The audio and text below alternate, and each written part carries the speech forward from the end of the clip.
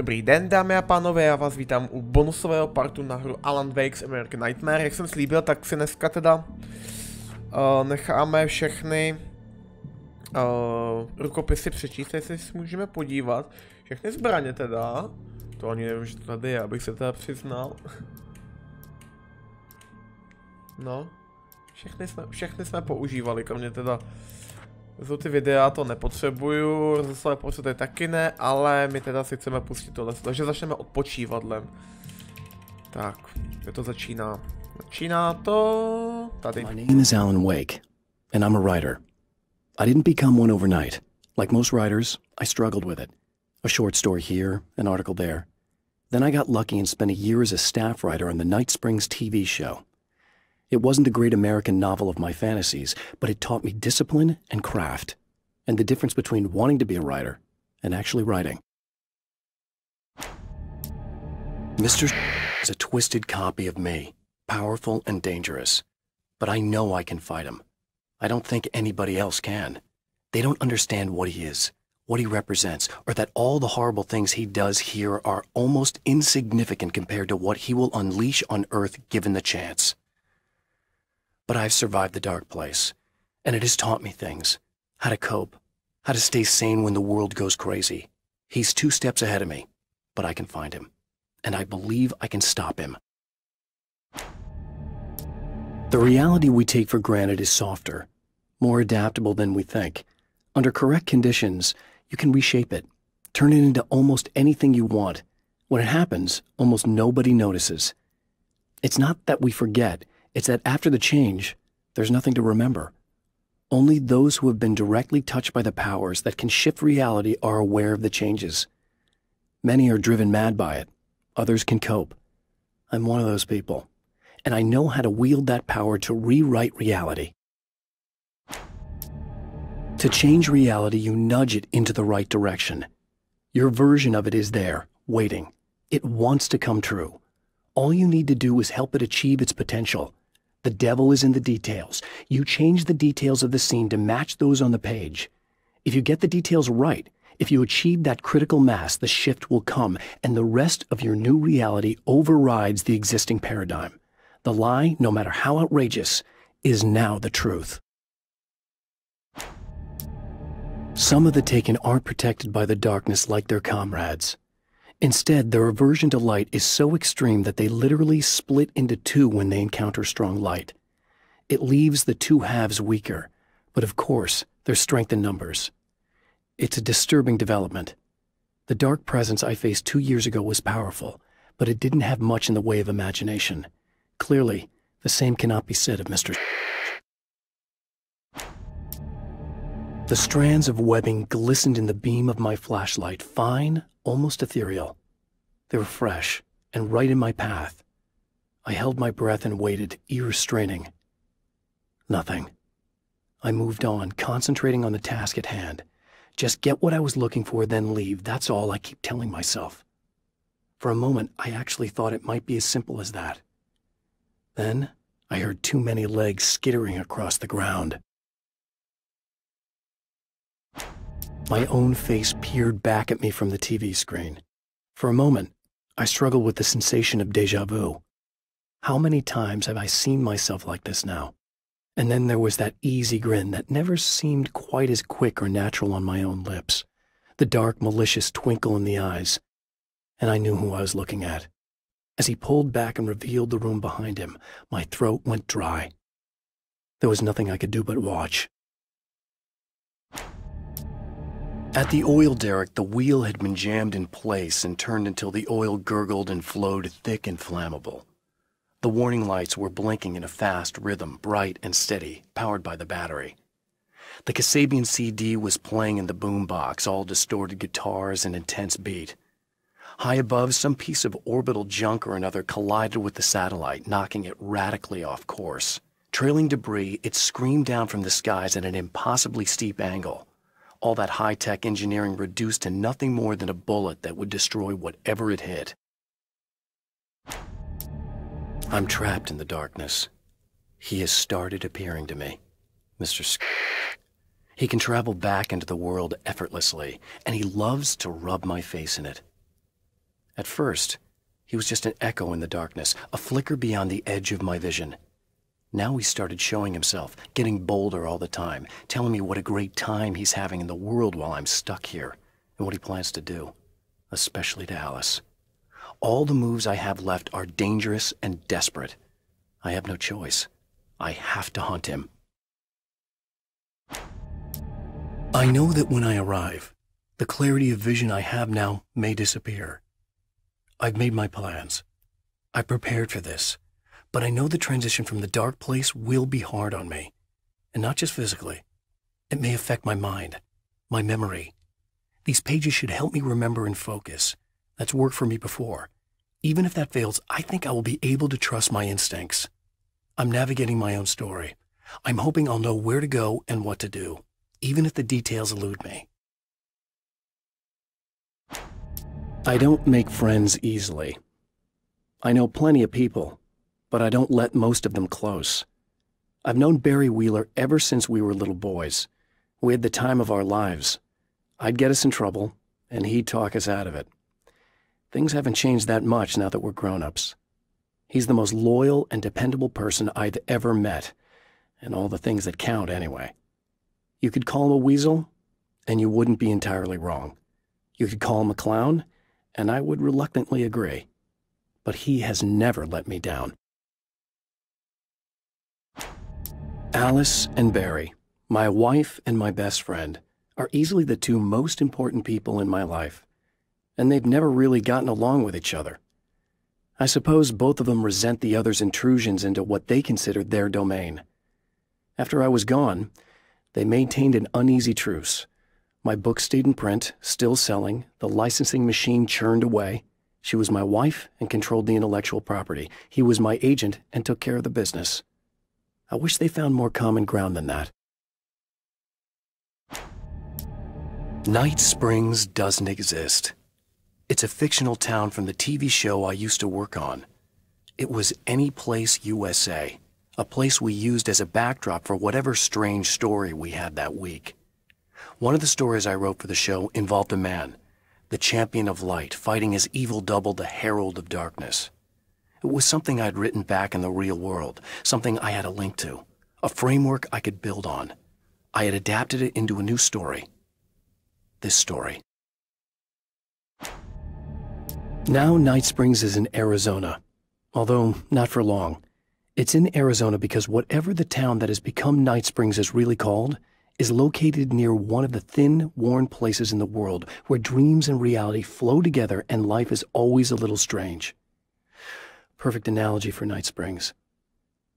I can't return to the real world. I've tried, but I'm operating on dream logic, forcing the door open a crack so I can slip through. I can enter the strange little town of Night Springs. All I did was put it in Arizona for one night. In Bright Falls, I was constantly under attack by birds that were more shadow than flesh and feathers. But this is an evolution. Some of the Taken were actually capable of turning into a flock of birds to escape my attacks and turning back into human form to make surprise attacks. With all the herbs, crystals, and the rest of her New Age paraphernalia, Emma Sloan had been called a hippie and a freak and worse. It was that small-town mentality. She was a female mechanic, and even in 2011 there were always going to be backward shit-kickers who thought that was a hoot. She didn't mind. She could deal. She could take any engine apart, even the new ones with all the computers in them. Turned out that these boys were awful polite while waiting for her to put them back together. Thor and Odin Anderson, old gods of Asgard. I still don't quite know what to make of them. I know they used to be rock stars who modeled their stage personas after Norse gods. I know they're old. I know that in their day they fought the darkness as I do. I know they're demented and insane, ravaged by age and self-abuse. But there's something in them, something powerful that took hold when they were touched by the powers beyond. A thing that goes far beyond just stage names. Something godlike. The Anderson brothers should probably have been in a facility somewhere, despite their tendency to escape from such places. It could be argued that they had no business being on tour, considering their condition. Their lives mostly revolved around the laundry list of ailments and their endless quest for liquor. But Barry Wheeler managed them now. And whatever else they might say about Barry, he knew how to make things happen. And honestly, it wasn't like the Andersons were the most difficult clients he ever had. Getting the Andersons into the recording studio was a struggle and a half. But once they actually picked up the instruments, something happened. They were two old men, and they weren't. They were doddering bags of bone, and they were barely contained power. And there was music. Barry rubbed his hands together. He knew how to pick a winner. Now all they needed was some direction on how to make things a little more modern. Barry had never produced a thing in his life, but he knew what he liked.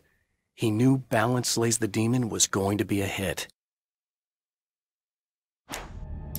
I have seen the darkness twist flesh into new shapes before, but encountering these giants is an extremely disturbing experience. It's as if the genre has been switched on me. There's something out of Pulp Fiction.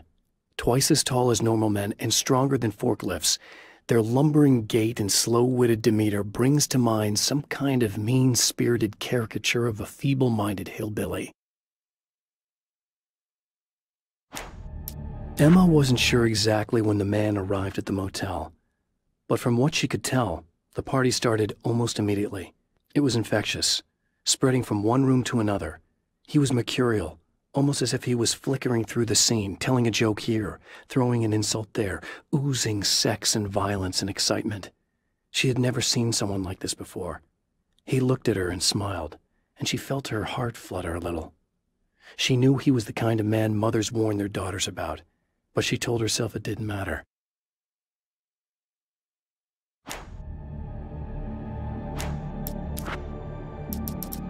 As a storyteller, my first real love was crime.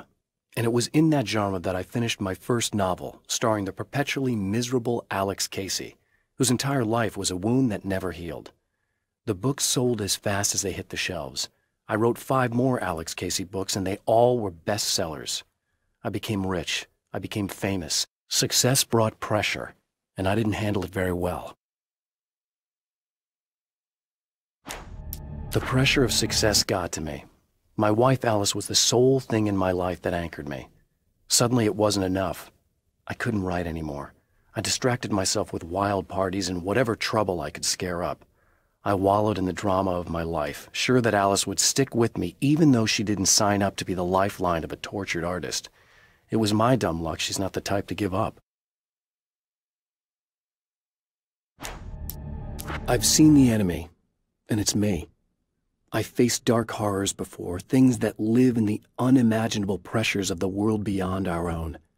Sometimes they masquerade as humans. That's what ultimately lurks inside Mr.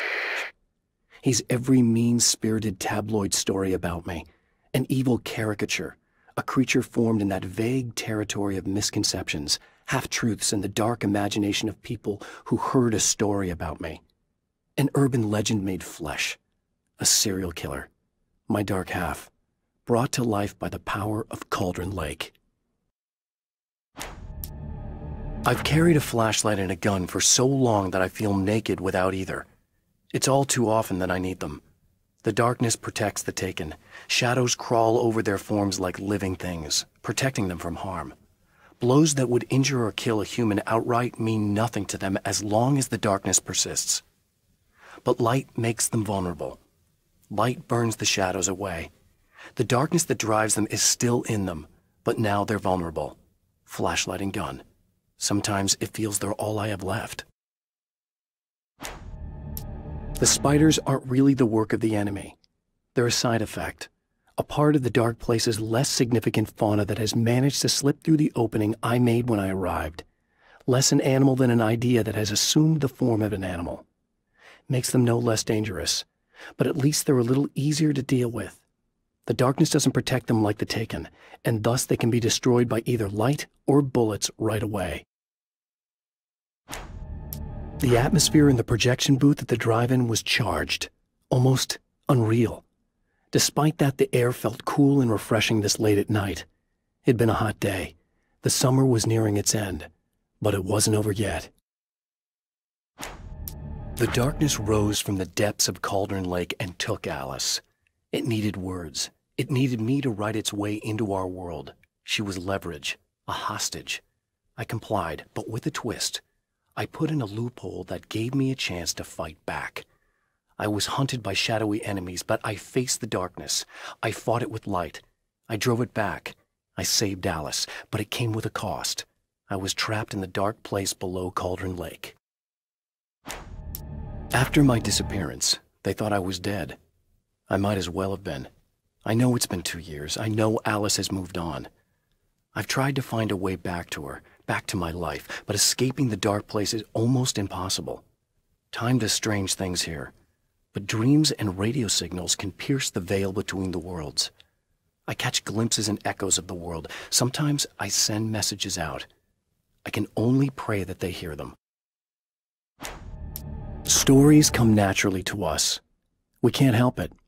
There are many different worlds, many competing realities within our heads, fueled by books, television, even barely remembered childhood tales. There's an endless supply of fictional concepts more familiar to us than anything or anyone real. We have a far greater connection to the fictional characters we know and love than the random people we pass on the street. Our destinies and inspirations are shaped by lies, myths, and fables. There are places where our world is worn thin and another reality brushes against ours. One such site is Cauldron Lake near Bright Falls, Washington. But there are others. That other reality is dark, vast, and malleable, always in flux. In its depths dwell vast forces and alien energies. They're dangerous. But in one of these places, if you know how, you can channel the power of that place and use it to shape reality.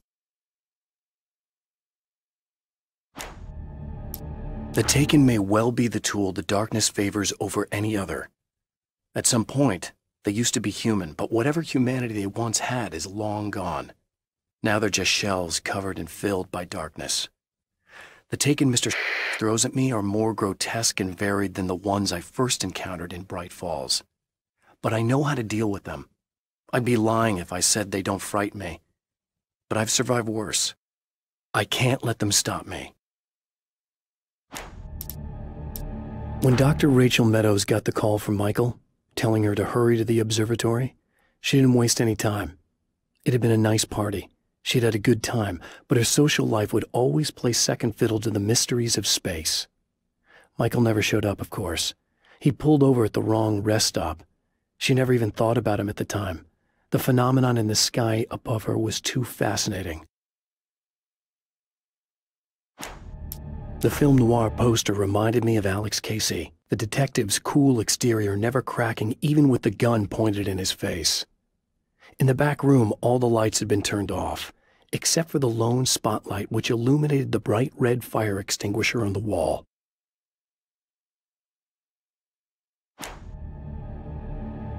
This act of creation is exhilarating and frightening. Subtext and symbols loom eager to take effect. Causality and consequence become domino chains that stretch into infinity. The more fundamental the change, the more unpredictable the variables become. Reality is too complex to control completely. Ordinary questions become meaningless. Who created who? What is really real? Everything is as real as everything else. You learn to let go of the things you can't control and go with the flow, or go insane. The man before Dr. Meadows was handsome and slick. He moved with lazy confidence and didn't bother to pretend that he wasn't staring at her. She didn't mind, at first. Then the man flicked open the knife and shoved her out of the control room so she wouldn't hear the signal, whatever it was. Outside, she pulled her lab coat closed and thought about running. She didn't. She didn't think she'd get very far. Not from him. She never was entirely sure why he spared her. I'd found her film from the pile of containers in the back. I'd threaded it into the projector. I swallowed hard, staring at the screen, hearing her voice, the sunrise I remembered so well only moments away. And then Mr. was there, nailed by the projector's beam, caught in his own trap. He shouted at me, first in confusion, then rage. and then the sun came up and things started to burn.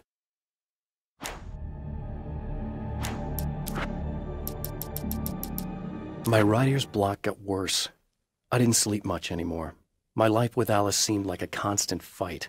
I was a wreck. Alice took steps. She booked a vacation in Bright Falls, a small town in Washington. It was supposed to be a chance to break out of the cycle I was in. She didn't know about the darkness in Cauldron Lake.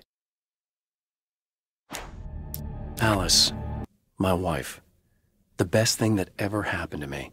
She smiles and the darkness lifts. For her, I've tried things I otherwise never would. I've never really minded if it's made me feel like a fool. She's a photographer, and the world she sees through her lenses is unique and beautiful. She has the vision. She sees things others don't and knows how to make them visible to everybody. She did it with me, too. She teased out things I was only vaguely aware of. She always saw me in the best possible light. It's been 2 years since I came here. Being that long without Alice breaks my heart, and I know it broke hers. I know she thinks I'm dead. How could I blame her for that?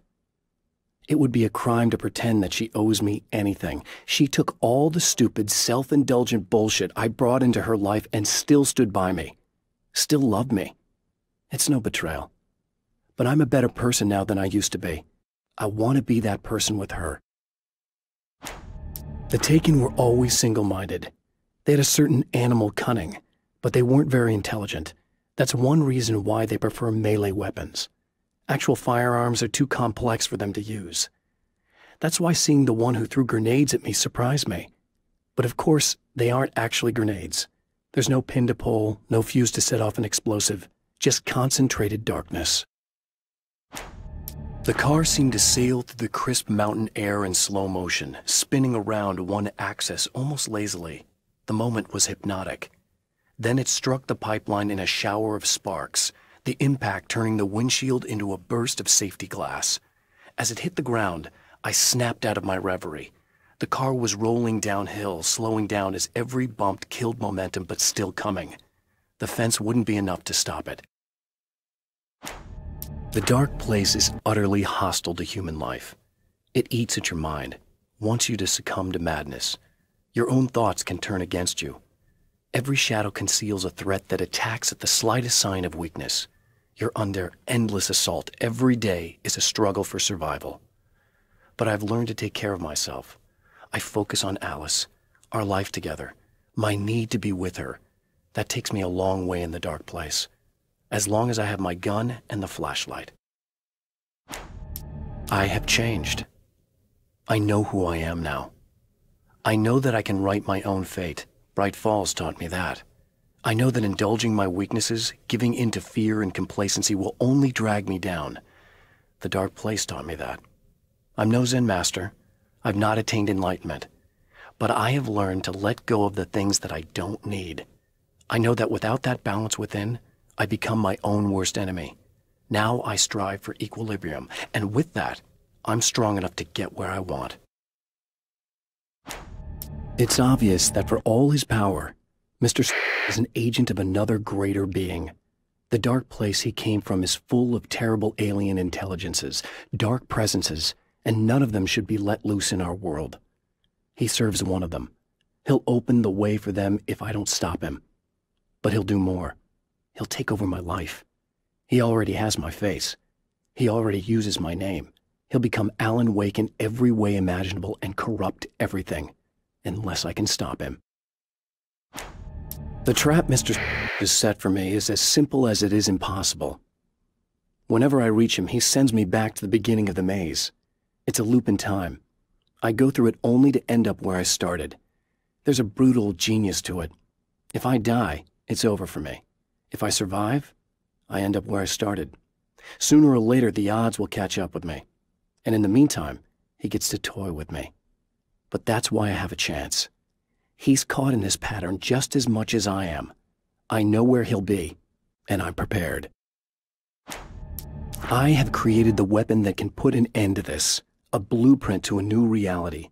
All I have to do is survive long enough to use it.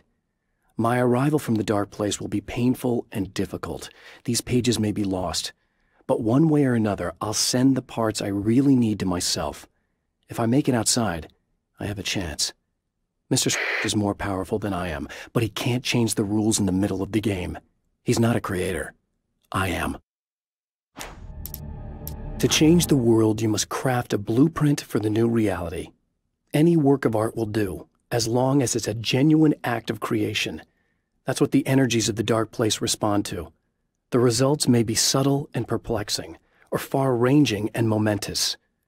My area of expertise, the written word, gives much more precise results than music or interpretive dance would, for instance. But words can be extremely dangerous.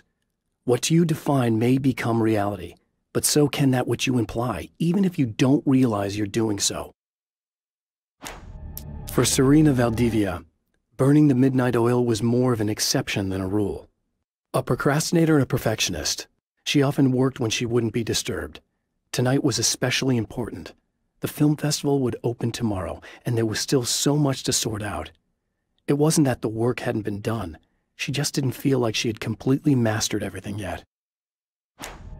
There's more to fighting the Taken than just burning away the darkness that protects them. When I'm fighting for my life, I find myself slipping into a state of intense concentration that makes the beam of my flashlight seem more powerful and focused.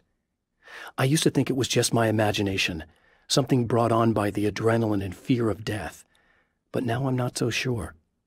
I've been touched by powers that I can't begin to truly comprehend, and they've left a mark. I'm starting to think this might be a part of it.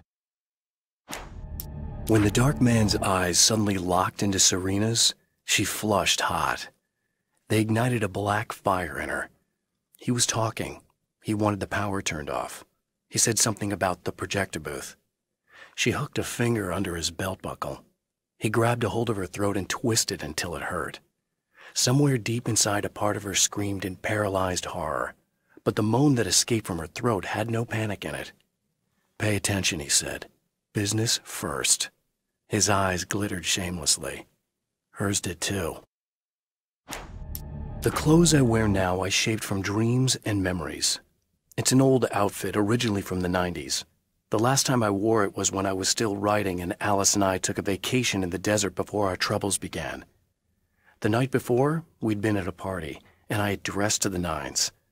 On that lazy day, I put on these old clothes, worn and comfortable. Alice made a joke about grunge. I felt a little embarrassed, but I stuck with them. We were very happy. I'm sheathed in good memories to remind myself of what is at stake. I held the film canister in my hands. I saw her name written across it in big letters, followed by the title. It was a time capsule, moments snatched from times gone by, from a past that I hoped could also be our future. It was my salvation, our chance to be together. A tin can with a bit of magic in it that she didn't even know about. Something I could put to good use. There were only moments left before I had to face him. Tak, to by teda bylo po půl hodině Alanovo vyprávění všechno z jeho strany a dokonce i z mojí strany, takže to bylo jen takový bonusový video pro ty, kdo chtěli si poslechnout všechny tyhle ty stránky. A teda tím pádem definitivně končíme s Alanem Wakem, takže se mějte hezky a ahoj.